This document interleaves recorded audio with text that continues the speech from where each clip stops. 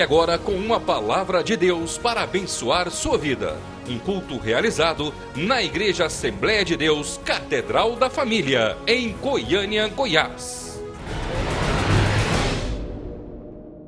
Jesus, nós queremos no Senhor, meu Deus, aprender. Nós queremos o Senhor, ó Pai, ver que a nossa vida precisa de mudar, de transformar, de melhorar, Senhor. Nós precisamos, nós queremos isso. Ó Pai, usa o teu servo, meu Deus, pastor Daile, que estará ministrando aqui nesta manhã aos nossos corações. É o que te pedimos, ó Deus, no nome de Jesus Cristo. Amém. A paz do Senhor, meus irmãos. Glória a Deus. Abra sua Bíblia comigo, no livro de Gênesis. Qualquer dificuldade que você tiver para localizar aí, é o primeiro livro. Enquanto você abre, interessante que às vezes nós cantamos algumas canções que marcam gerações e a gente não sabe como que essa música nasceu. Eu tenho falado principalmente com os adolescentes, com algumas pessoas do louvor, que a gente aprende algumas coisas e aquilo que é bom a gente tem que levar o resto da vida. Eu tenho mania de ir atrás de algumas canções, como que nasceu essa canção. E para que você veja onde nós vamos chegar no final da lição, você vai falar assim, não tem nada a ver. Prepare e segure na cadeira aí.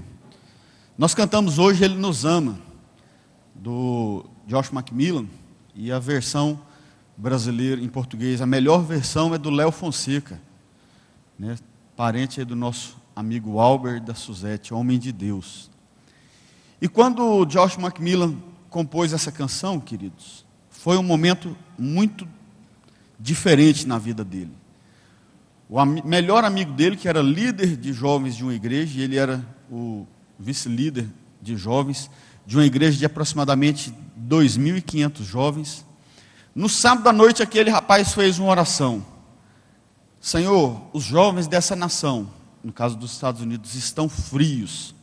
Qualquer semelhança com os jovens aqui no Brasil não é coincidência, tá? Estão frios.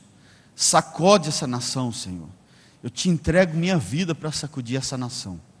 E terminou o culto, eles foram embora, e aquele líder de jovens sofreu um acidente e morreu naquela noite. E o Josh Macmillan falou assim, Deus, como que o Senhor mata o meu melhor amigo? O líder dos jovens da nossa igreja. E foi um acidente muito feio. E na varanda da casa dele, o Senhor fala com ele, vai lá, pega seu violão, papel e caneta. Não vou. Vai lá e pega, eu estou te mandando. Não vou, Senhor. E depois de muito brigar com Deus, ele foi. E o Senhor mandou começar a falar para ele tocar. Eu não vou tocar, eu estou com raiva de você, Deus. Eu estou com ódio de você. Ele falou, mas eu continuo te amando do mesmo jeito. Começa a tocar, Senhor, como que eu vou tocar se eu estou com raiva de você? Mas eu não estou, eu te amo, derramei meu sangue por você. E ele começa a tocar e sai essa música que não só sacudiu os Estados Unidos, mas tem sacudido o mundo inteiro. Pessoas têm se convertido somente de ouvir essa canção. Então, o sangue que foi derramado na cruz do Calvário, foi por mim e por você, como prova de amor, foi derramado por mim e por você, para ministrar cura, para ministrar restauração. E hoje nós vamos ver o quão grande é o amor de Deus, e a importância que Ele dá por um sangue derramado. Você de repente, se você já deu uma olhada na revista, porque eu ainda fiz um comentário, nossa, fala sobre Abel, começa no capítulo 4, já termina no capítulo 4, e fala alguns poucos versículos. Falei, não tem muita coisa para se falar de Abel. Se fosse de Caim, dava para fazer um seminário sobre a vida de Caim. Mas de Abel, o cara nasce, fica jovem e morre assassinado. Pronto, acabou a história de Abel. Não se tem história se ele tem filhos, se ele deixou descendentes. A Bíblia não deixa isso escrito. Mas aí, né, vocês mulheres são, como a gente aprende lá no MMI, um radar, tem a anteninha sempre ligada. A pastora Juliana pegou e falou assim para mim, que dificuldade você está vendo para falar de Abel? Você programa com o pastor Salmo uma campanha de Jabes 7 semanas, em cima de 2 versículos? Eu falei, vixe. E aí eu fui para os pés do Senhor. Queridos, e que maravilha.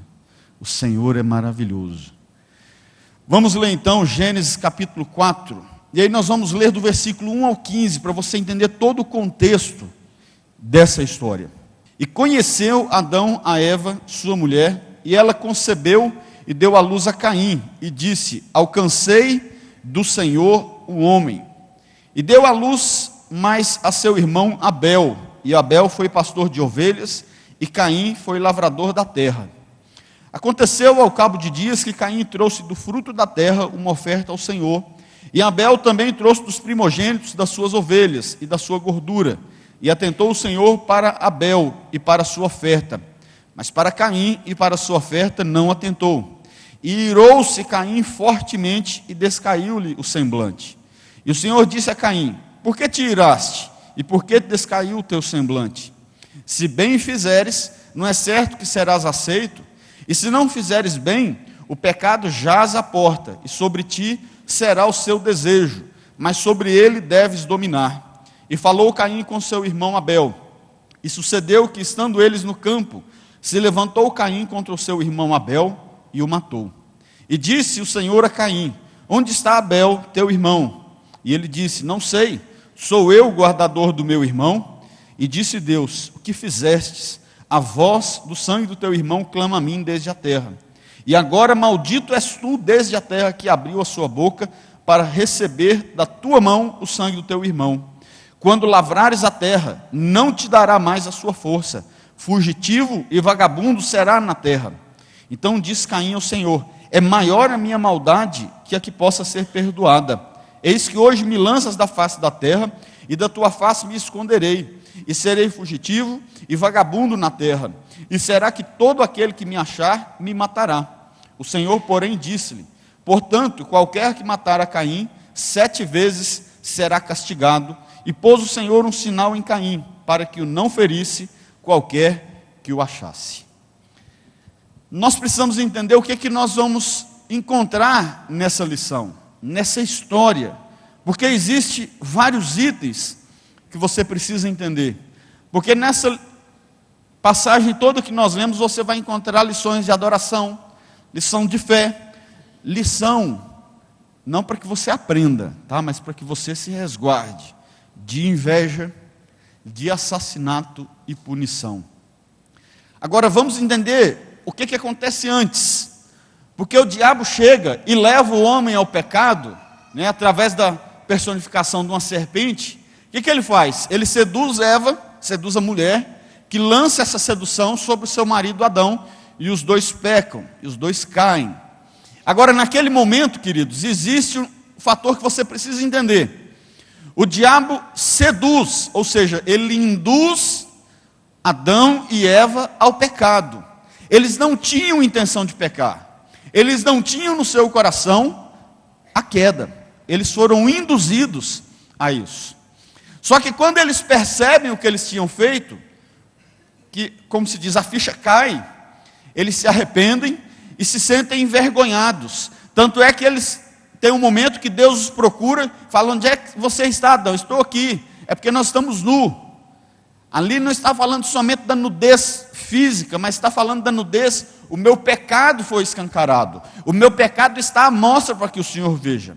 Então eles ficaram com vergonha de Deus. Agora, aqui nessa história que nós lemos de Caim e Abel, existe uma grande diferença.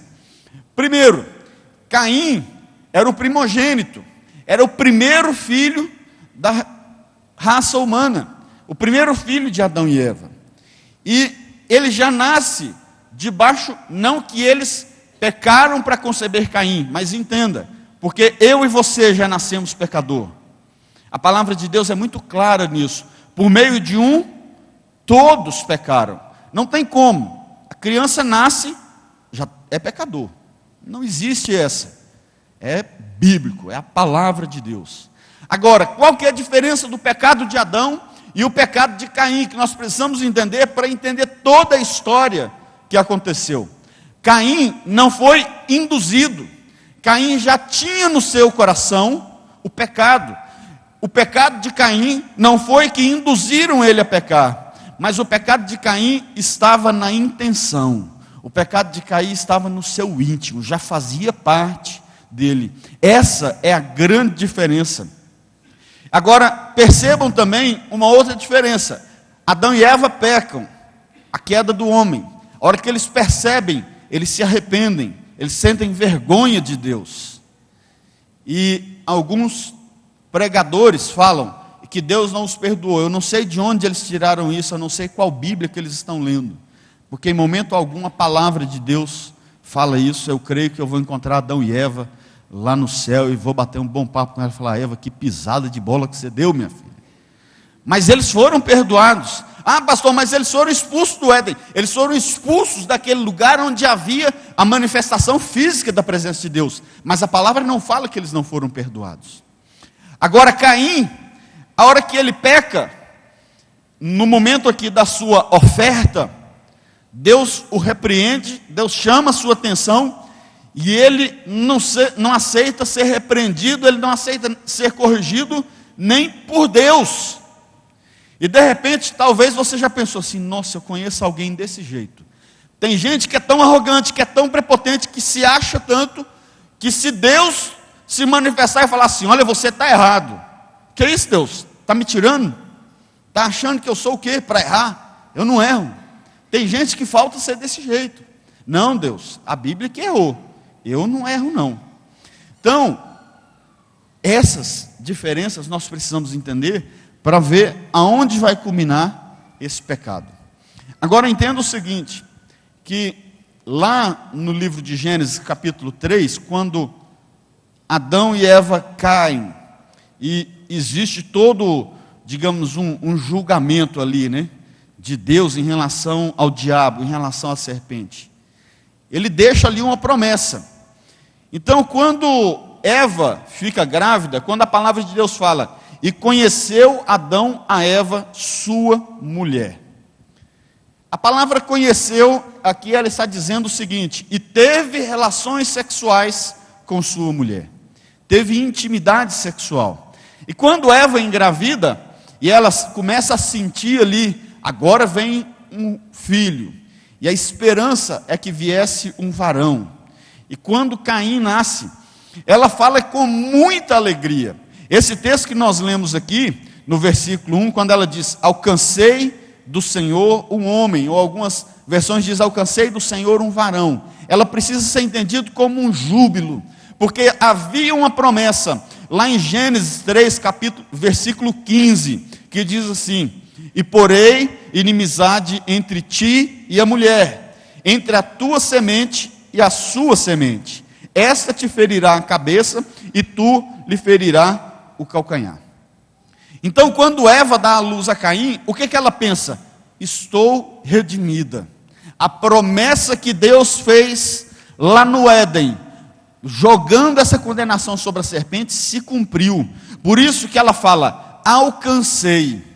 O nome Caim, ele significa adquirido, alcançado, quase que comprado. Mas ela fala: alcancei do Senhor. Ou seja, o Senhor está nos redimindo, o Senhor nos deu um varão, o Senhor nos deu um homem que vai pisar na cabeça da serpente. E aí o que acontece? Ela está equivocada. A intenção de Deus não era que Caim fosse a remissão dos pecados, mas é porque ela não tinha o entendimento. O diabo tinha enganado ela e o seu esposo. Não, você vai comer desse fruto, seus olhos vão abrir, você vai entender tudo, você vai ver o que é certo e o que é errado. Mas aquilo era uma mentira. O pecado distorceu a visão daquela mulher. Então, o que nós passamos a ver? Caim, o primogênito da raça humana, a esperança do coração de Eva, que fosse a remissão do pecado deles, ele agora também vai se tornar o primeiro assassino. E não tinha nada naquele ambiente que eles viviam, nada que o levasse a fazer algo daquele, como ele fez, de matar o seu irmão. Mas o seu íntimo estava corrompido pelo pecado. A sua natureza humana já estava corrompida. Então nós vamos para a oferta. Os dois crescem, e interessante que também alguns teólogos falam o seguinte, que Adão e Eva foram expulsos do paraíso. Outros falam, e eles foram expulsos da presença de Deus. Eles foram expulsos da presença física manifesta. Porque Deus andava com ele todo dia, 6 horas da tarde, Deus ia para o Éden e falava: Adão, vamos bater papo aqui, meu filho. E ia andar com ele, passear. E não assusta não. Eu imagino Deus passando. Eu não vou fazer isso porque a pastora Lúcia vai me dar uma bronca. Mas acho que Deus pegava uma florzinha, dava uma cheirada, e acho que ele meio que falava assim: foi eu que fiz, viu, Adão? Intimidade. Agora, eles perdem essa intimidade lado a lado com o Senhor. Mas entenda, queridos, Adão e Eva andaram com o Senhor, conversaram com o Senhor, caminhavam, tinha amizade, tinha intimidade com Deus. Eles conheciam a Deus. Obviamente, expulsos do paraíso, expulsos dessa presença, arrependidos, vendo a vacilada que eles deram, o que eles vão fazer agora? Ensinar os seus filhos o que eles devem fazer. Então, quando eles entregam essa oferta, e quando fala ao cabo de dias, está falando aqui o seguinte: não é dias, esses dois, eles já eram rapazes, eles tinham sido ensinados a prestar sacrifícios, a prestar ofertas ao Senhor. E Caim era lavrador, assim como o pai. Adão e Eva cuidavam do campo, eram lavradores. Já ao passo que Abel foi ensinado como pastor. Então, é comum que Caim pegue, vamos conjecturar aqui, algumas cenouras, um repolho, uma couve-flor, algumas verduras ali, algumas frutas, e vai oferecer essa oferta para Deus. Era o fruto do trabalho dele, isso era comum. E aí, algumas pessoas pensam assim: não, Deus rejeitou porque era verdura, eram os frutos da terra. No livro de Levítico, o Senhor fala que aceita esse tipo de oferta. Tanto é que ele requer esse tipo de oferta. Abel, ele pega a sua ovelha novinha ali, muito bem cuidada, aquela ovelha gorda, ovelha sadia, limpa, e sacrifica ao Senhor, que também era resultado do seu trabalho, ele era pastor de ovelhas. Então, as duas ofertas, elas estavam corretas, eram ofertas do trabalho daqueles dois. Mas aí então fica a pergunta: por que Deus aceita a oferta de Abel e não aceita a oferta de Caim? Fala comigo assim: pela intenção. Entenda, Caim, o que ele pega? O fruto do seu trabalho. Se a gente for analisar, qual que era um trabalho mais pesado? O de Caim ou o de Abel? O de Caim. Você acha que era fácil ficar lá capinando, rasgando a terra, jogando a semente, tampa, rega, espera, tira os matos? Não era fácil. O trabalho de Caim, fisicamente falando, era mais árduo, era mais pesado do que o de Abel. Agora, essa oferta representa no coração de Caim o autoesforço, a autossuficiência. Ou seja, ele separou ali o que era bom, mas aquilo que para ele era bom, aos olhos do homem era bom, aos olhos de Deus não era o melhor. Aos olhos do Senhor, ele poderia ter feito coisa muito melhor. Agora, quando você vai olhar para a oferta de Abel, o sacrifício de sangue, Deus já tinha feito um sacrifício de sangue, matando um animal, tirado a pele para cobrir Adão e Eva. Então, com certeza, já tinha uma instrução de Deus a esse casal, que aquele sacrifício, aquele sangue derramado, era para cobrir a vergonha, era para cobrir o pecado do homem. Então, Abel também, como pastor de ovelhas, com certeza, ele tinha sido instruído na adoração, ele tinha sido instruído, assim como seu irmão, em buscar a Deus, e ele sabia que sem derramamento de sangue não há remissão de pecados. Ele tinha entendimento de que quando ele sacrificasse o cordeiro, quando ele aspergisse o sangue daquele cordeiro, ele estaria fazendo um sacrifício agradável ao Senhor. Então essa é a grande diferença. Ele entende o que é não somente ofertar, mas fazer uma oferta, um sacrifício agradável ao Senhor. E quando ele faz esse derramamento de sangue, quando ele faz esse sacrifício, ele está remetendo ao sacrifício de Cristo na cruz. Esse sacrifício, ele em si, ele não tipifica o sacrifício de Cristo na cruz, mas ele é uma lembrança, ele aponta para o sacrifício Cristo na cruz, que derramou seu sangue por mim e por você. Então, quando ele faz isso, o que ele está entendendo? Há perdão dos pecados. E Deus então aceita a oferta de Abel. Agora preste atenção, o foco aqui não é a oferta, a visão, o olhar que você tem que ter nesse texto não é para a oferta, mas para o homem e a intenção do seu coração. Porque se eu e você atentarmos para a oferta, nós estamos com o foco errado, nós estamos com a visão distorcida, nós não estamos olhando para o que o Senhor deseja nos ensinar.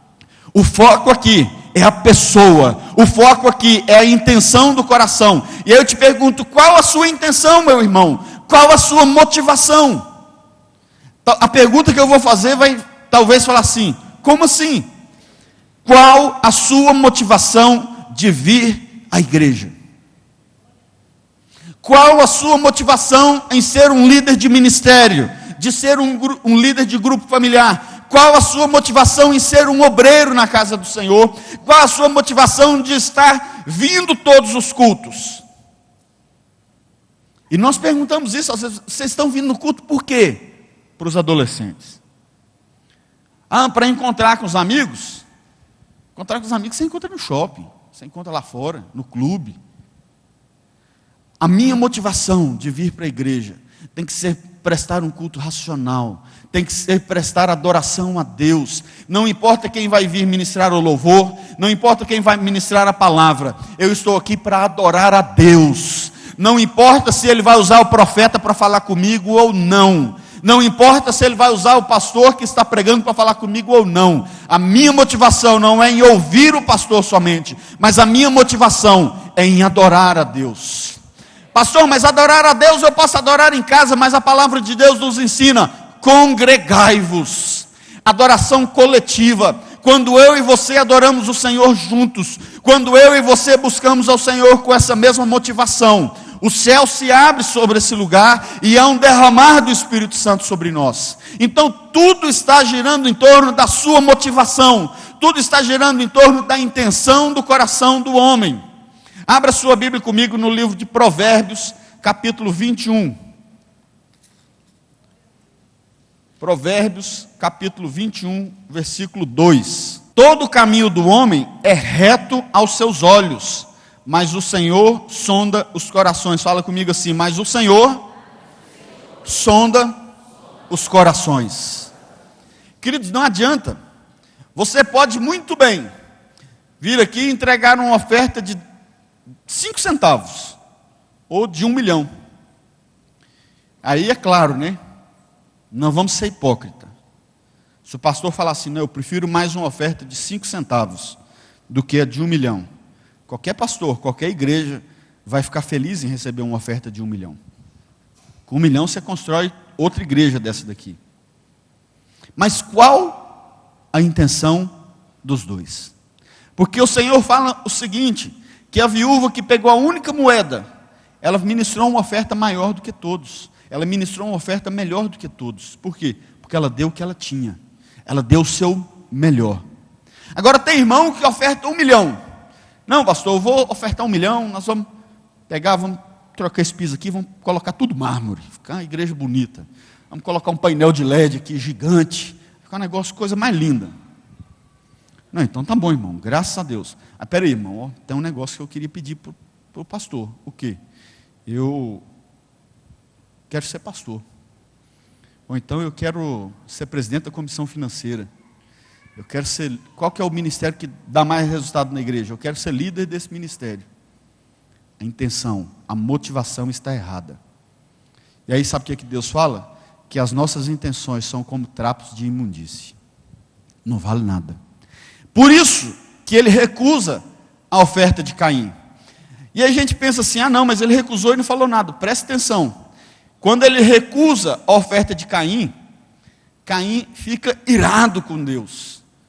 Eu imagino que ele deve ter, porque a Bíblia, irmãos, ela não vai narrando palavrinha por palavrinha que foi falada, porque senão você ia ter que pegar um carrinho de mão para carregar a sua Bíblia. Mas eu imagino que nessa hora, Caim, irado com Deus, Deus ainda deve ter questionado a Deus: Deus, por que o Senhor não aceitou minha oferta? O que tem de errado? É o meu trabalho, é o meu melhor, por que o Senhor não aceitou, Deus? E aí, Deus, com todo amor, vira e fala para Caim: se bem fizeres, não é certo que serás aceito? E se não fizeres bem, o pecado jaz à porta. O pecado está, batendo na sua porta, Caim, está querendo entrar, já está dentro do seu coração e batendo na porta do seu coração. E aí, quando ele fala que o pecado jaz à porta, ele continua: e sobre ti será o seu desejo, mas sobre ele deve dominar. Então, na verdade, Deus falou assim: Caim, se você tivesse feito da maneira certa, você acha que eu não iria aceitar? Mas como você fez da maneira errada, porque o pecado está aí batendo, Deus já sabia que aquilo ia acontecer.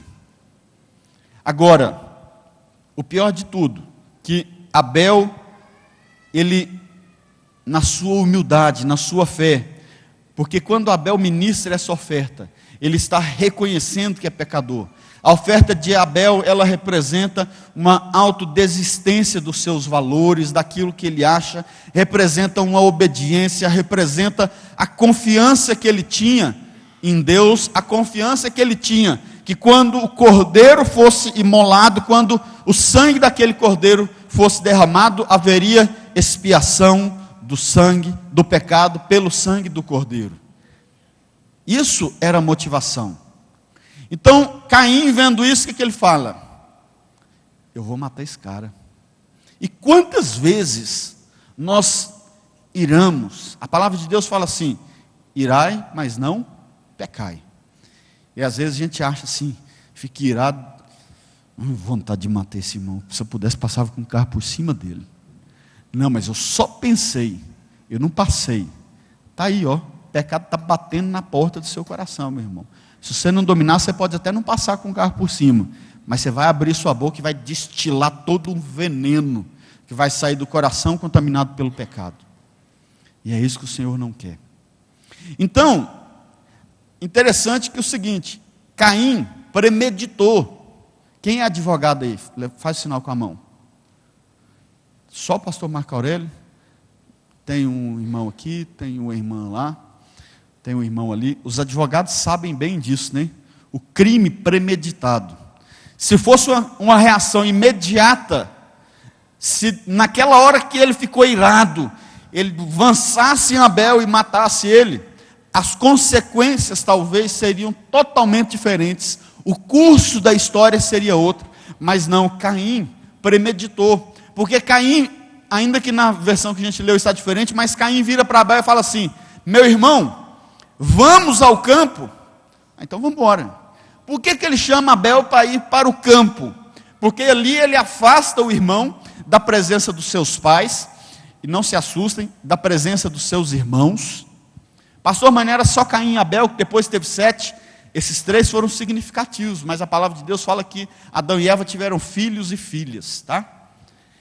Leva ele para o campo, leva para longe da presença dos seus pais. Ele pega o seu irmão e leva em segredo. Eu vou tirar ele de perto, eu vou levar ele, como se diz, eu vou levar ele para o meio do mato, eu vou acabar com a vida dele lá, eu jogo o corpo no meio da ponte e ninguém vai achar. Pronto. A hora que me perguntarem, né? Caim, cadê Abel? Sei lá, pai, deve estar no campo aí, pastoreando ovelha. E aí depois iam achar ele, não, um bicho deve ter comido, né? Só que ele premedita esse assassinato, e chegando lá, Abel, indefeso, com o coração puro, é violentamente assassinado. O sangue derramado. E aí, quando ele acha que ninguém tinha visto, Deus faz uma pergunta: Caim, onde está o teu irmão?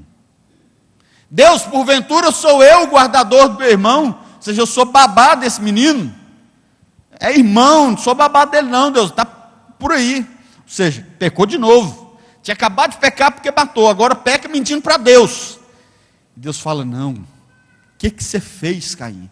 Porque o sangue do teu irmão clama da terra. A terra está clamando, o sangue que caiu nela, agora está clamando a mim. Alguns escritores, eu acho interessante essa passagem, porque eles narram o seguinte, que o assassinato de Abel por parte de Caim foi de tal maneira violento, porque naquela época ainda não existia o metal forjado. Então, existem, algumas teses de que ele usa uma queixada de carneiro, algum osso de animal, para golpear Abel várias e várias vezes. E com a ponta desse osso ele perfura o corpo de Abel. Então, não foi um assassinato, um tiro na cabeça que o cara cai e morre. Não, foi um golpe e ele deve ter tentado se defender e correu, e outro golpe, e outro, e vários golpes até que ele morresse. Então, não foi aqui, entenda, matei ele aqui. Durante um bom percurso, o sangue de Abel foi sendo derramado. O sangue de Abel esguichou e molhou a terra em vários lugares. E isso fez com que Deus usasse essa expressão, que a terra abriu a sua boca para receber o sangue. A terra abriu a sua boca para receber o sangue de Abel. E agora ela clama. Então, de agora para frente, a nossa história, a nossa lição, ela vai começar a tomar um rumo totalmente diferente. Porque agora nós precisamos entender como que isso aconteceu. Por inveja, por um íntimo corrompido, pelo pecado. É porque aí você começa a perceber então, não somente mais o homem caído, mas a propagação, o crescimento do homem caído. Aquele homem caído que era Adão, agora também está no seu filho Caim, e estará em toda a sua geração. Os seus filhos foram adúlteros, foram pecadores, foram violentos. A geração de Caim foi uma geração muito violenta, muito pecadora. Então vamos entender agora, e agora sim vamos entrar de vez em Abel. O que significa Abel? O nome Abel pode significar sopro, um fôlego rápido, mas também significa filho. Ao passo que Caim significa adquirido, ou seja, Deus nos deu como possessão para a remissão dos pecados. Aí quando nasce Abel, esse é filho. Existe uma diferença. Abel também era talvez o mais protegido de Adão e Eva. Por isso ele foi chamado filho e não possessão. Agora, se o nome de Abel é sopro, nós vamos fazer algo aqui agora. Põe a mão assim na frente do seu rosto e faz assim, ó. Depois que você parou de soprar, você continua sentindo o sopro na sua mão? Não. Por quê? O sopro é rápido. O sopro é passageiro. O sopro, ele passa e acaba. O nome Abel, com o significado sopro, ele traz exatamente o significado, a tradução do seu nome para a sua vida. A vida de Abel foi breve como um sopro. Agora fala comigo assim: a vida de Abel foi breve como um sopro, mas deixou marcas como um vento impetuoso. A vida dele foi rápida como um sopro, mas toda a história daqui em diante vai ser mudada por causa desse sopro. Ele vai deixar marcas como se tivesse sido um temporal, uma tempestade de vento, porque a terra começou a clamar. O Senhor viu o sofrimento. Então, esse era o significado do nome. Agora, além do significado do nome, Abel tem algumas características que nós precisamos olhar para Abel e falar: Deus, eu quero essas características em mim. Eu quero as características que tinha em Abel fluindo na minha vida. Porque, queridos, prepare-se, esse é o propósito de Deus para você. Que você olhe para Abel, que é também um tipo de Cristo, uma figura de Cristo, e que você não entenda, você não vai estar querendo ser parecido com alguém que morreu drasticamente, mas as características do homem de Deus que tinha em Abel, eu e você temos que buscar em nós. A primeira, ele era pastor de ovelhas. Como assim, pastor? Ele foi o primeiro homem a pastorear ovelhas. Ele foi instruído a fazer isso. E um pastor de ovelhas, nós vemos uma semelhança muito grande em Davi, que também era pastor de ovelhas. E Davi, ele era o quê? Um adorador. Então tenha em mente isso, busque essa característica de ser um adorador. Agora, pastor de ovelhas, como que eu posso trazer essa característica para a minha vida? Preste atenção, Abel foi um pastor de ovelhas, o que aconteceu com ele? Foi perseguido pelo irmão e morto. Davi também foi pastor de ovelhas, não foi? O que aconteceu com ele? Perseguido por Saul, perseguido por seus filhos. Jesus, o que ele é? Ele não é o nosso bom pastor? Fala assim, eu sou o bom pastor, o pastor dá a vida pelas suas ovelhas. O que aconteceu com Jesus? Foi perseguido pelos romanos, perseguido pelos judeus, crucificado na cruz do Calvário. Fala assim, Deus, isso é ser pastor? Calma. Pedro, o que Pedro recebeu de Jesus? Qual a direção, qual a ordem que Jesus deu para ele? Apacenta as minhas ovelhas. O que é apacentar? Jesus está falando para ele, Pedro, pastoreia as minhas ovelhas. Eu vou te dar uma multidão de ovelhas. Pedro não imaginava que uns dias depois, 3.000 pessoas iam converter ouvindo a sua pregação. Eram as ovelhas que o Senhor estava falando. Pastoreia as minhas ovelhas. Pedro também foi pastor. O que aconteceu com Pedro? Foi perseguido, foi preso, foi escorraçado, foi crucificado de cabeça para baixo, morreu. Tem uns irmãos que já estão sentindo um frio na espinha aí, né? Já está falando, eu não vou buscar características de pastor para a minha vida. Calma. Paulo, o grande apóstolo, primeiro ele foi perseguidor. Saulo, teve um encontro maravilhoso com o Senhor, se converteu, se tornou Paulo. E o que ele foi? Pastor. Foi um grande pregador, foi um grande pastor. O que aconteceu com Paulo? Foi preso, açoitado, apanhou, sofreu perseguição, morreu. Quantos querem ser pastor aí? Levanta a mão, glória a Deus. Nessa hora você não ouve um glória a Deus. Mas eu tenho uma boa notícia para você, abra sua Bíblia comigo, 2 Timóteo, capítulo 3, versículo 12. Uma boa notícia, uma maravilhosa notícia eu tenho que te dar essa manhã. Para você que ficou com medo de ser pastor. Para que você não tenha medo de ser pastor um dia.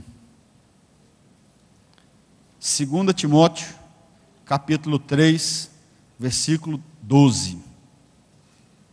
Acharam? Amém? Você pode estar acompanhando aí também, no telão. Diz assim, e também, todos os que piamente querem viver em Cristo Jesus, padecerão perseguições. Uma outra versão diz assim, todos os que querem viver a vida cristã, unidos com Cristo Jesus, serão perseguidos. Queridos, preste atenção. O Senhor não está falando aqui, olha, quando você estiver servindo a Cristo, pode acontecer, de vez em quando, muito raramente, de você sofrer uma perseguição. Não. Todos serão perseguidos. Se você não está sendo perseguido ainda por ser crente, meu irmão, começa a reavaliar a sua vida como crente. Começa a buscar, Deus, o que está acontecendo que até hoje ninguém me perseguiu? O que está errado na minha vida de crente, Senhor? Que até hoje ninguém me criticou. Ninguém falou mal de mim. Até hoje ninguém, como se diz, ninguém jogou pedra em mim. Tem alguma coisa errada comigo, Senhor. Me explica o que é. Se você até hoje não foi perseguido, ninguém falou mal de você, ninguém te caluniou, ninguém te criticou por ser crente, reavalie a sua vida com Deus. Você está precisando melhorar. Porque se todos sofrerão perseguições, só que Jesus, maravilhoso, o que ele fala? No mundo tereis aflições, mas tenha de bom ânimo. Eu venci o mundo. Uma outra característica de Abel, e essa nós temos que ter mesmo. Abel era dedicado ao trabalho. E aí às vezes, quando você lê sobre as duas ofertas, e como eu falei, o trabalho de Caim era mais pesado do que o de Abel, que ele tinha que capinar ali e tudo mais. Então, o trabalho de Abel parece ser mais fácil. Parece. Mas preste atenção. No versículo 4 diz que Abel trouxe das primícias do seu rebanho. O que está querendo dizer aqui? Que ele trouxe o melhor. O que isso nos demonstra, queridos? Que ele teve o cuidado. Ele pegou ali aquela ovelha, a primeira ovelha que nasceu, falou assim: essa daqui eu vou cuidar dela. Ela é do Senhor, ela não é minha.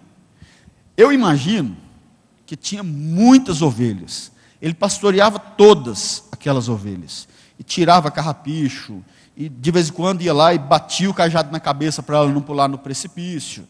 E às vezes quando a ovelha estava saindo ali do aprisco, ele pegava o cajado e puxava ela para dentro de novo. Aí você está pensando: pastor, mas isso está parecendo os pastores da igreja. É desse jeito, irmão. Às vezes o pastor tem que bater o cajado na cabeça, às vezes tem que puxar, às vezes tem que pôr no colo, tirar carrapicho. Às vezes tem que virar e falar assim: ovelha, pelo amor de Deus, aprende, não vai por esse caminho aí não, meu filho, fica quieto aqui. Esse é o papel do pastor, é cuidar. Então Abel pega aquela ovelha em específico, e eu imagino assim, que na hora de beber água, ele ficava ali do ladinho dela, olhando aquela ovelha beber água. E você que tem animal em casa, você já percebeu que a gente tem mania de conversar com o animal? Eu fico encabulado. Você tem um cachorro, você conversa com o cachorro. Tem gente que conversa com o cachorro como se fosse... Meus meninos conversam com a cachorra lá de casa como se fosse a melhor amiga. Tudo bem. Eu imagino então que Abel olha a ovelha beber a água dela lá, a hora que ela para, bebeu tudo, então vem. Vem. Ou seja, ele tem um cuidado excessivo com aquela ovelha. Isso demonstra dedicação ao trabalho. Ele era dedicado no que tinha que ser feito. Ele era atencioso. Seu trabalho, principalmente em relação àquela ovelha em específico, ele não podia ser feito de qualquer maneira. E em relação às outras ovelhas também, não podia ser de qualquer maneira. O pecado tinha entrado na humanidade. Amém ou não amém? Mas o pecado também tinha entrado no mundo. Antigamente, o leão e a ovelha andavam juntos. O leão e o coelho andavam juntos. Agora, meu filho, acabou. O leão vê um coelhinho ali, sai correndo atrás. Vê uma ovelha, sai correndo atrás. Então ele tinha que proteger, ele tinha que tomar conta. E muita gente não é dedicada ao trabalho. Tem gente, queridos, que misericórdia.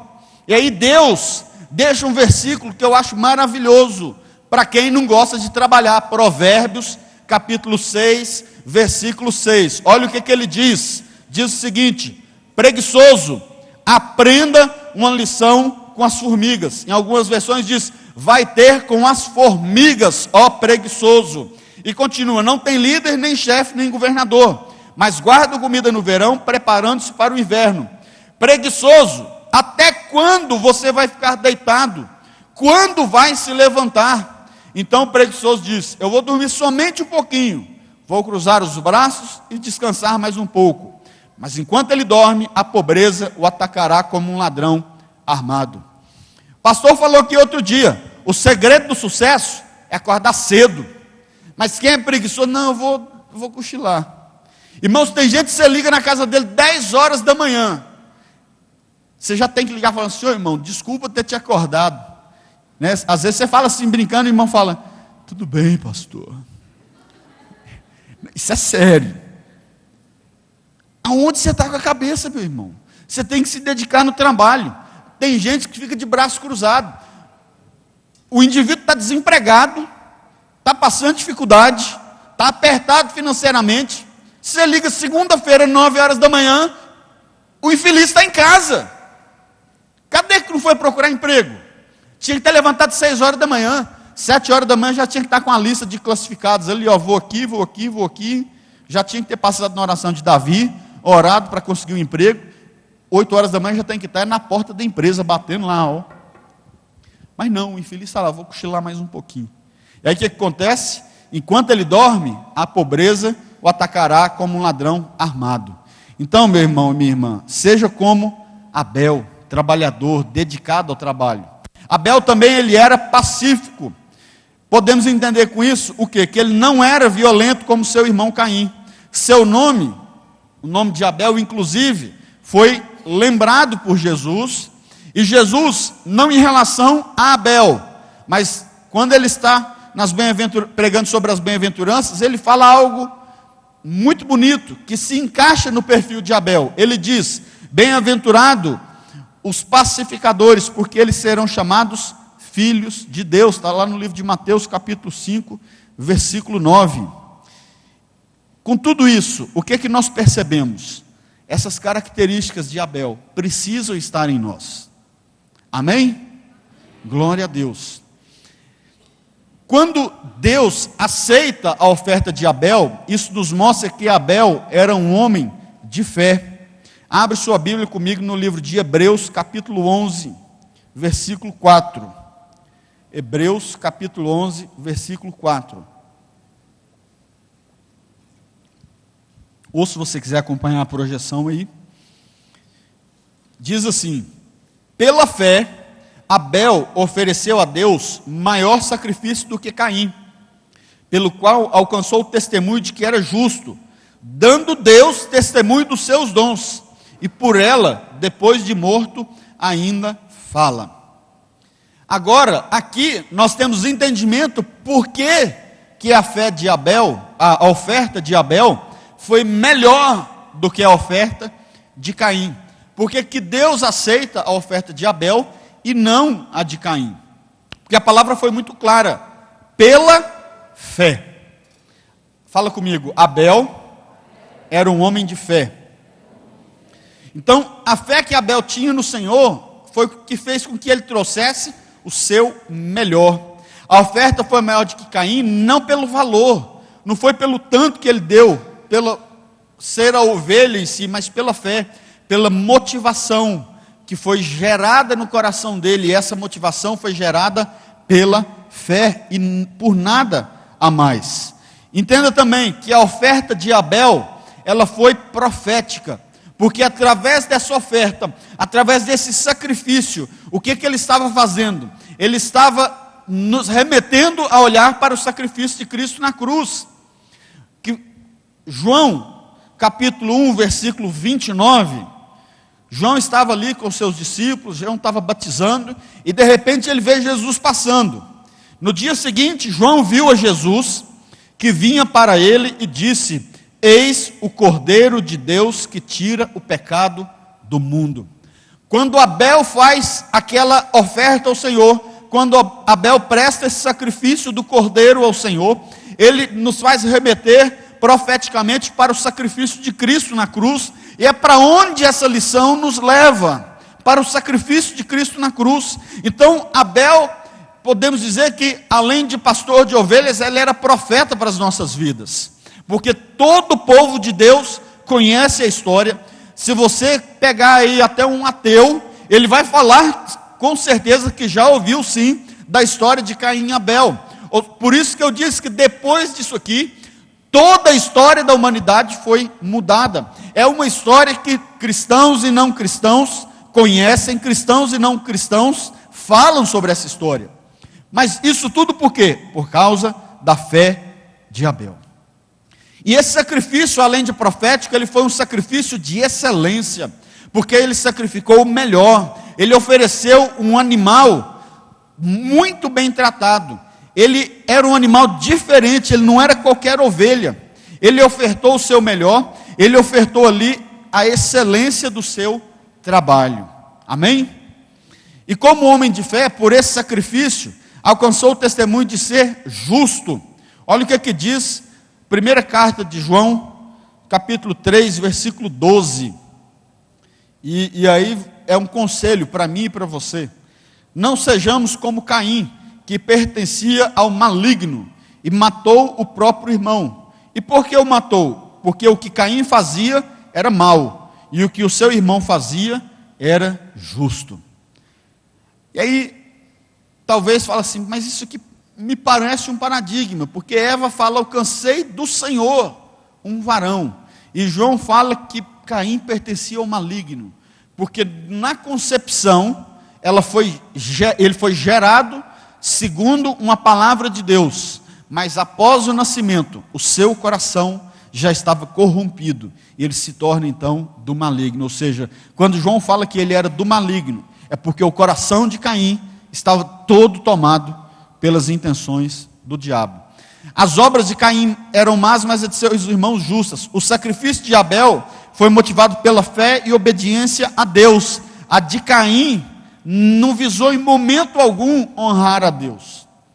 O que você está fazendo, meu irmão, tem a intenção de honrar a Deus ou a você mesmo? O que você está fazendo tem a intenção de engrandecer a Deus ou de engrandecer a você mesmo? Porque se você tem tido a intenção de se engrandecer e de honrar a você mesmo, muda seus princípios, muda seus valores, faz uma reviravolta. Hoje é dia 6 de janeiro, ainda dá tempo de você corrigir. Não faça igual um político que fez essa semana. Não, até o final do ano nós vamos corrigir. Dia 4 de janeiro o cara fala que até o final do ano, ou seja, nós não vamos fazer nada. Não, comece hoje. Faça um propósito de vida hoje. Eu vou mudar de vida. Eu vou reverter os meus valores para o que Deus espera de mim. Caim reconhece Deus como fonte de todo bem? Reconhece, mas rejeita a maneira de adoração. Por isso que a oferta dele não é oferta excelente como a de Abel. Mas Abel, com seu sacrifício, o que é que ele está fazendo? Ele está se confessando a Deus como pecador. E isso faz com que ele seja justificado. O que justificou Abel foi a oferta dele? Não, foi a sua fé. E assim nós encontramos no livro de Romanos, capítulo 5, versículo 1. Diz assim: tendo sido, pois, justificados pela fé, temos paz com Deus, por nosso Senhor Jesus Cristo. Uma outra versão diz: agora que fomos aceitos, assim como Abel, né? Agora que fomos aceitos por Deus, pela nossa fé nele, temos paz com ele por meio de nosso Senhor Jesus Cristo. O que nos faz ser aceitos pelo Senhor é a nossa fé. A palavra de Deus nos ensina: sem fé é impossível agradar a Deus. Por isso que Deus não se agrada da oferta de Caim e se agrada da oferta de Abel, porque Abel tinha fé. E ele alcança bom testemunho pelo exercício da sua fé. Como assim? Deus vê no exercício da sua fé que ele realmente tinha essa motivação no seu coração. E o próprio Deus dá testemunho da fé de Abel. Hebreus capítulo 11, versículo 2, nos diz o seguinte: porque por ela os antigos alcançaram testemunhos. Por ela quem? Pela fé.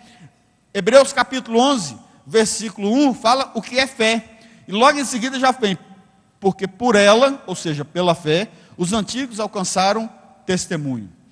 E aí logo em seguida, no versículo 4, o primeiro nome que vem é o de Abel. E depois Enoque, e aí ele continua. Mas então nós percebemos que por causa dessa fé, ele alcança bom testemunho. E pela mesma fé, pelo mesmo intenção, o intento de buscar a Deus, de adorar a Deus e oferecer a ele o melhor, e ele morre, o Senhor fala que por ela, ou seja, pela sua fé, depois de morto ainda fala. Diz aqui, pela leitura que era feita, como que ele vai falar depois de morto? Talvez você pode, pastor, não estou entendendo isso. Como que um homem depois de morto fala? Isso está parecendo coisa de espiritismo, de magia. Não, fala pelo legado que ele deixou, pelo exemplo que ele deixou. Como eu disse, pela leitura. Depois disso, o Senhor instrui a passar para os filhos, dos filhos, dos filhos, de geração em geração. A palavra era lida na sinagoga. Os judeus conheciam essa história, o povo de Deus conhecia essa história. Como? Através da leitura da palavra. Assim como nós estamos fazendo hoje. Então, Abel, o sangue de Abel está falando aqui hoje, através da leitura, através da lição.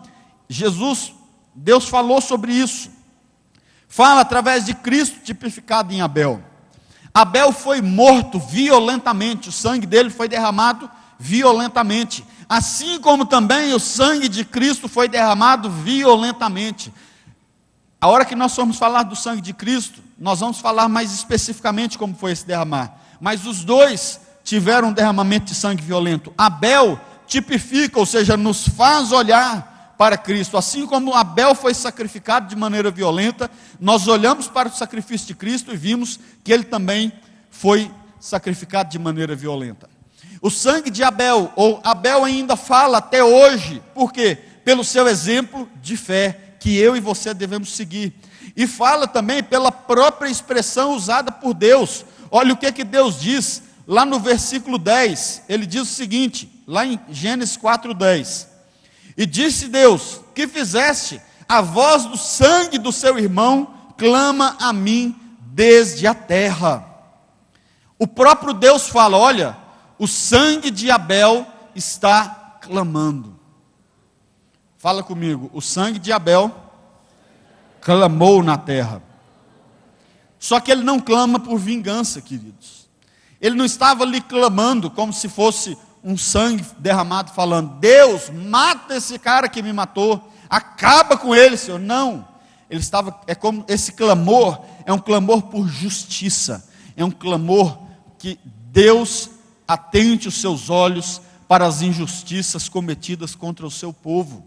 É isso que Deus estava falando, e com isso, aquele sacrifício, mesmo de modo violento, ele foi aceito por Deus. Não somente o sacrifício que Abel ofereceu, mas dias depois, quando ele é sacrificado pelo seu irmão, Deus também recebe o sangue derramado de Abel. O sangue de Abel representa um sacrifício injusto cometido pelo seu irmão. Mas Abel recebe do Senhor o quê? Um lugar de honra nas Escrituras. Durante até o livro de Apocalipse, você vai ver algumas citações do livro de Abel, falando sobre Abel. Agora preste atenção, talvez você está aí, sofrendo perseguição, afrontas, críticas, acusações, difamações, e já está, né, alguém está te caluniando, e você não sabe mais o que você faz. Clame ao nosso Deus Todo-Poderoso, porque eu quero profetizar na sua vida, assim como Abel é lembrado nas Escrituras, é mencionado no hall dos heróis da fé, o Senhor vai te colocar nos altos lugares, em nome do Senhor Jesus. Eu creio nisso que eu estou falando. Existe uma canção que eu particularmente não sou muito chegado nela. Tem algumas canções hoje que soam como ar de vingança, né? Tem uma canção que fala assim que quem me viu na prova e não me ajudou, a hora que eu estiver lá em cima, está soando com ar de vingança. É como se falasse assim, está vendo, não me ajudou, agora eu estou aqui em cima, você está por baixo. Não é isso não, queridos. É porque o Senhor vai te honrar, o Senhor vai mostrar que Ele é Deus na sua vida, e você não vai ter que humilhar ninguém. Pelo contrário, quando você estiver lá em cima, se precisar ajudar quem te perseguiu, o Senhor já está falando para você, ajuda, que esse é o meu propósito da sua vida. Quando você estiver lá em cima, sendo honrado por Deus, você vai olhar e vai trazer junto com você para cima aqueles que te perseguiram, porque o Senhor já ensinou a mim e a você, ama o teu próximo, mas ama também o teu inimigo. Porque o Senhor Jesus, quando teve o sangue derramado, Ele perdoou os pecados daqueles que estavam perfurando o seu pulmão, que tinham perfurado as suas mãos. O sangue de Jesus, meu querido, para mim e para você hoje, não é que Ele fala mais alto não. A lição fala que o sangue de Jesus fala mais alto. O sangue de Jesus na minha e na sua vida, Ele grita por uma voz de esperança dentro de nós. Ele é uma voz de esperança no meio e no seu coração. O sangue que foi derramado da vida de Abel, ele é um marco na história, porque o próprio Jesus faz referência, quando ele fala que do sangue de Abel, até o sangue de Zacarias, todos serão requeridos por aquela geração. O que o Senhor está querendo dizer, é que aquele sangue derramado violentamente, aquela maldade não ia passar em branco, aquela maldade não ia ser esquecida na história, pelo contrário, enquanto Jesus não voltar, pode ter certeza que assim como o sacrifício de Jesus, também o sacrifício de Abel, que é um sacrifício muito menor, também será lembrado. Marcou a história. E hoje eu quero dizer para você que o Senhor Jesus vai marcar a minha e a sua vida. Mas você precisa começar a crer, meu irmão. Comece a crer. Comece a convidar o Espírito Santo para fazer diferença na sua vida. Comece a clamar pelo sangue de Jesus, para que ele faça diferença na sua vida. O sangue de Abel, ele clama pedindo justiça, e a palavra de Deus no livro de Mateus, capítulo 5, versículo 6, nos ensina o seguinte: bem-aventurados os que têm fome e sede de justiça, porque eles serão fartos. E a palavra de Deus aqui diz justiça e não vingança. A justiça é o agir de Deus, a justiça é o amor de Deus sendo manifesto, a justiça é você ser reconhecido por Deus e não pelos homens. A justiça é fazer com que Deus mude a história, não só sua, mas também de quem te persegue. E se você tem sede e fome de justiça, você será farto. O Senhor vai te encher de justiça, o Senhor vai te justificar. Mas para você ser justificado, o Senhor primeiro espera de você: tenha fé. Você é justificado pela fé, e sem a fé você não tem como agradar a Deus. Então começa a encher o seu coração de fé. Pastor, como que eu faço para encher o coração de fé? Comece a adorar a esse Deus. Não pare de adorar a Deus, não pare de adorar a Deus. Às vezes nós ficamos muito certinho, muito sentadinho na cadeira. Às vezes tem algumas músicas que nós cantamos, às vezes tem algumas palavras que nós ouvimos. E se você olhar alguns vídeos, você vai ver que em algumas igrejas, na hora do louvor, na hora da palavra, já tem gente sapateando no corredor, falando em línguas. Ah, pastor, mas isso está parecendo. Não, isso são homens e mulheres que estão adorando a Deus, que estão exercitando a sua fé, que estão deixando o Espírito fluir com liberdade. Deixa o Espírito fluir com liberdade na sua vida. Exercite a sua fé, porque o sangue de Jesus fala mais alto na minha e na sua vida. Creia nisso. Quando a palavra de Deus fala sobre isso, e a lição, você vai perceber aí que ela tem esse tópico: o sangue de Jesus fala mais alto. Eu quero ler alguns versículos aqui, meu irmão, e você vai entender por que o sangue de Jesus fala mais alto. Ontem, a hora que eu estava preparando, o meu esboço, já era mais ou menos quase meio-dia. Eu estava aqui na secretaria ainda, um pouco mais de meio-dia. Irmãos, eu estava ali e eu senti a presença do Espírito Santo encher aquela sala. E aí eu aproveitei que eu estava sozinho. As câmeras estão lá registradas. Ah, mas eu levantei, eu pulei na sala e eu glorifiquei a Deus. Eu falei em línguas. Falei: Deus, obrigado, porque o sangue de Jesus, ele não fala mais alto não, ele está gritando hoje dentro do meu coração. É um grito de esperança, é um grito de salvação. Outro dia nós estávamos ministrando numa igreja, os meninos vão lembrar disso, e o Senhor pegou e falou assim: manda tocar o hino nacional. Eu falei: Deus do céu. E aí veio uma palavra, a palavra foi fluindo. Vai virar uma música, né, João Pedro? Em nome de Jesus. Porque quando, história do Brasil, quando um homem grita no morro do Ipiranga, independência ou morte, aquilo ali é um grito de liberdade por uma nação. Mas eu quero te dizer que quando Cristo estava na cruz do Calvário, quando ele grita, porque ele fala alto: Pai, por que me abandonaste? E depois ele fala: Pai, nas minhas mãos te entrego o meu espírito. Aquele grito é um grito de dor, mas é um grito de salvação para mim e para você. O sangue de Jesus grita trazendo salvação, trazendo vida eterna. Por isso que ele fala mais alto do que o sangue de Abel. Ele é diferença na minha e na sua vida.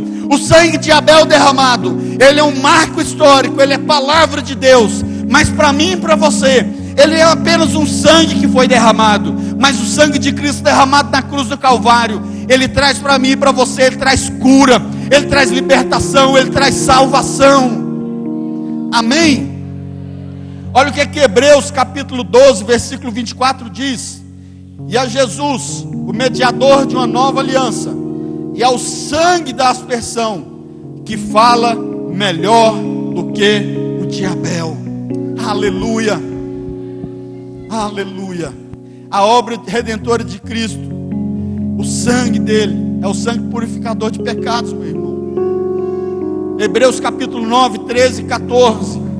O sangue de bodes, de touros e as cinzas da bezerra queimada são espalhadas sobre as pessoas impuras, e elas ficam purificadas por fora, Se isso é assim, imagine então quanto maior ainda é o poder do sangue de Cristo, aleluia. Por meio do Espírito eterno, Ele se ofereceu a si mesmo, a Deus, como sacrifício sem defeito, aleluia. E o seu sangue nos purifica por dentro, tirando as nossas culpas. Assim podemos servir ao Deus vivo, pois já não praticamos cerimônias que não valem nada, aleluia. O sangue de Jesus, meu querido, Ele não vai só te dar uma limpeza por fora, não. Ele não é só uma maquiagem, não. Ele vai no seu interior, Ele te purifica por dentro. Ele vai lá dentro do seu coração, pega o pecado e joga para o inferno. O sangue de Jesus, Ele te purifica de todo o pecado e faz com que eu e você não tenhamos mais no coração a intenção de praticar o pecado. A nossa vontade agora não é mais, eu vou pecar. Não, a minha vontade é a sua agora, é viver para Deus. Não importa se vão me perseguir, eu quero é servir ao Senhor. Hebreus de 10 a 14, pelo cumprimento dessa vontade fomos santificados por meio do sacrifício do corpo de Jesus Cristo, oferecido uma vez por todas. Ou seja, não precisa de mais nada. Dia após dia, todo sacerdote apresenta-se e exerce os seus deveres religiosos. Repetidamente oferece os mesmos sacrifícios, que nunca podem remover pecados. Mas quando esse sacerdote acabou de oferecer para sempre o único sacrifício pelos pecados, assentou-se à direita de Deus. Daí em diante, Ele está esperando até que os seus inimigos sejam colocados como estrado dos seus pés, aleluia. Porque por meio de um único sacrifício, Ele aperfeiçoou para sempre os que estão santificados. Fala comigo assim: o sangue de Jesus me santifica de todo pecado. E 1 João capítulo 1, 7: se porém andarmos na luz como Ele está na luz, temos comunhão uns com os outros, e o sangue de Jesus, seu Filho, nos purifica de todo pecado. Fica de pé comigo. Eu escrevi alguma coisa aqui que eu quero ler para você. E quando eu estiver lendo, se você quiser glorificar a Deus, se você quiser adorar a Deus, adore. Vamos fazer um resumo aqui de Abel a Jesus. Abel foi morto por um sacrifício injusto e violento. Jesus se entregou como sacrifício vivo, sofreu violência por amor de nós. Abel foi morto violentamente, Jesus se entregou para ser morto violentamente. Abel foi morto por uma arma na mão do seu irmão. Jesus foi ao sacrifício, subiu à cruz com uma arma: o amor por mim e por você. O sangue de Abel manchou a terra, o sangue de Jesus comprou a minha e a sua salvação, amém? Sabe qual que é a diferença? O sangue de Abel não me leva a lugar nenhum, o sangue de Abel não te leva a lugar nenhum, mas o sangue de Jesus, ele te leva além. O sangue de Jesus, ele te leva além, ele te leva mais longe. O sangue de Jesus vai te levar para a eternidade com Deus. O sangue de Jesus vai te levar a morar com Deus. O sangue de Jesus nos leva além, aleluia. Nós vamos cantar essa canção. Enquanto nós adoramos ao Senhor, eu quero fazer um convite. Se você ainda nunca falou: Deus, eu preciso ter essa comunhão com o Senhor, eu preciso reconhecer o sangue que foi derramado na cruz. Porque quando o Senhor estava na cruz, queridos, o seu sangue sendo derramado, eu fiz aqui com os adolescentes há uns 2 anos atrás. Quando ele suspendia o corpo para respirar, ele enchia o pulmão de ar, mas quando ele descia, as ferpas da cruz machucavam suas costas, entravam na sua pele e o sangue era derramado. Ele fez isso por amor de mim e de você, para nos levar além do que nós possamos imaginar. E se você precisa reconhecer esse sangue como o sangue que te salvou, reconhecer Jesus como Jesus Salvador da sua vida, à medida que nós formos adorando, eu quero que você venha aqui à frente. Se você deseja reconhecer Jesus como seu Salvador, essa manhã é uma manhã onde nós devemos reconhecer o sangue de Jesus como um instrumento da nossa salvação. Ou de repente, se você está na igreja, queridos, e você está precisando de ser renovado, e o sangue de Jesus nos renova nessa manhã, eu quero que você também venha e deixe o Espírito Santo fazer uma mudança na sua vida hoje, amém? Aleluia, vamos adorar ao Senhor, aleluia, aleluia. Teu sangue leva-me além, Aleluia. a todas as alturas, onde ouço a tua voz. Se você quer aceitar o Senhor Jesus como seu Salvador, saia do seu lugar. Justiça Venha reconhecer esse Senhor. na minha vida, Jesus, deixa o teu sangue. Glória a Deus. Carabalaba xandará. Tua cruz mostra a tua graça, fala do Carabalaba amor do xandará. Pai. Adore o Senhor. Para nós um caminho para Ele, onde eu posso me achegar somente pelo sangue. É pelo sangue de Jesus. Aleluia. Nos lava dos pecados, que nos Aleluia. traz restauração. Nada além do sangue, Nada. É o sangue de Jesus, meu querido. Se você precisa de uma renovação, de uma mudança na sua vida, saia do seu lugar também e deixe o sangue de Jesus te lavar nessa manhã. Aleluia, aleluia. Xarabalaba, xandarabalá. Oh, Espírito Santo, flui nessas vidas essa manhã. Traga salvação, traga cura, em nome de Jesus. Oh, xarabalá. Obrigado, Jesus. Obrigado pelo teu sangue. Aleluia. O sangue de Jesus te purifica. Oh, Espírito Santo, Espírito Santo, Espírito Santo, a todas as Espírito Santo, Espírito Santo de onde Deus. ouço a tua voz, fala de tua justiça pela minha vida. Jesus, deixa o teu sangue.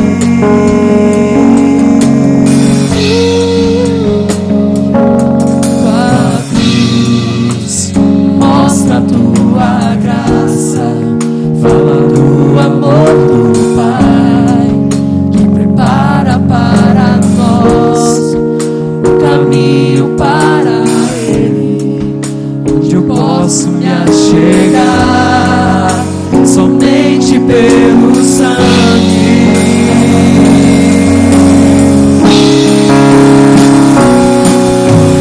Que nos lava dos pecados, que nos traz restauração.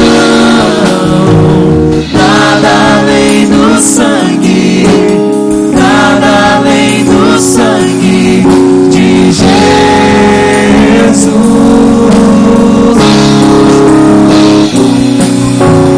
que nos faz brancos como a neve. Aceitos sou, amigos de Deus. Nada além do sangue, nada além do sangue de Jesus. Quantos são livres aqui nessa manhã? Quantos são livres? Eu sou livre. Cante bem alto, eu sou livre. Eu sou livre. Obrigado, Jesus. Nada além do sangue, nada além do sangue de Jesus.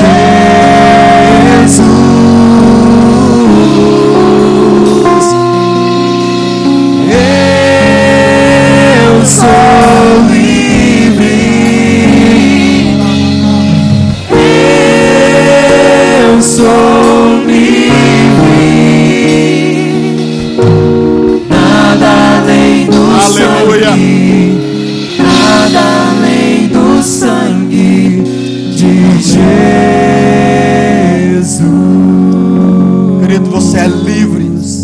você é livre pelo sangue de Jesus.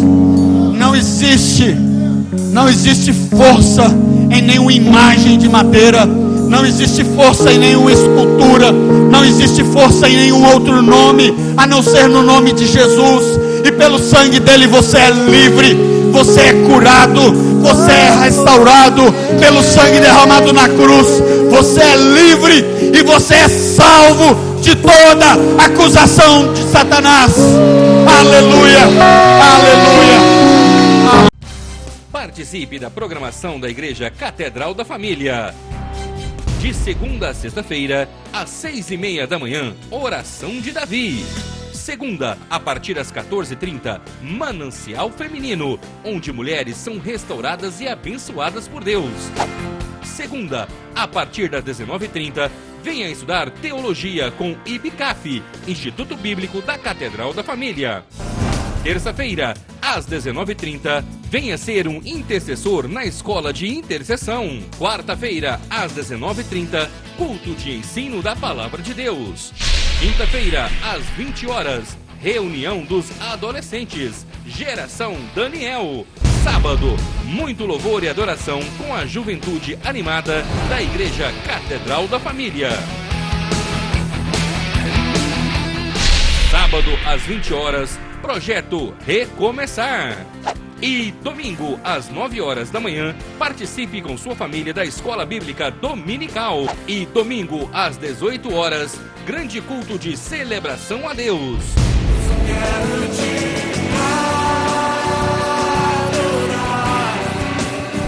A Igreja Catedral da Família disponibiliza ainda para você cursos para edificar a sua vida. MMI, Casados para Sempre. CRAU, cursos para finanças. Educando filhos à maneira de Deus. Alcançando o coração do seu adolescente. Veredas Antigas. ONI, curso para noivos. De domingo a domingo, uma programação recheada de muita alegria, unção e bênçãos de Deus. Informações 3281-4918 ou acesse o site www.catedraldafamilia.com.br.